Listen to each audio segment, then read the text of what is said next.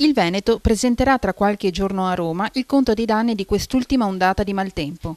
Lo ha annunciato il presidente della regione Luca Zaia. Il conto in questione si aggira intorno ai 600 milioni di euro. Ho portato a Letta i dati sulla nostra tragedia, spiega Zaia. Ricordo che ha piovuto più del 2010 e che alle alluvioni si somma la tragedia della montagna spesso dimenticata, ma che vive i disagi alla pari degli alluvionati in pianura. La risposta di Letta è che non ci sono soldi. Ma sappiano anche, ha sottolineato Zaia, che nel bilancio statale ci sono 21 miliardi di euro che ogni anno i veneti versano. Per noi la partita del non ci sono soldi non esiste e non è chiusa, promette il governatore. I danni delle intense piogge di queste settimane sono relativi alla viabilità bloccata da smottamenti, agli argini danneggiati dalle inondazioni, aziende allagate, campi pieni d'acqua.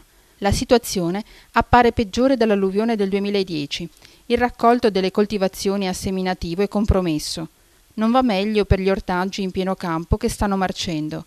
I pregiati vigneti d'oc del Piave sono stati sommersi dall'acqua, mentre nelle serre le muffe stanno distruggendo le coltivazioni.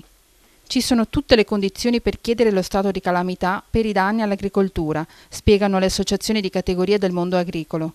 Per il futuro sono indispensabili opere infrastrutturali per mettere in sicurezza i territori a rischio idrogeologico e ripensare al modello di sviluppo urbanistico che ha tagliato del 15% le campagne e ha fatto perdere in Italia negli ultimi 20 anni più di 2 milioni di ettari di terra coltivata.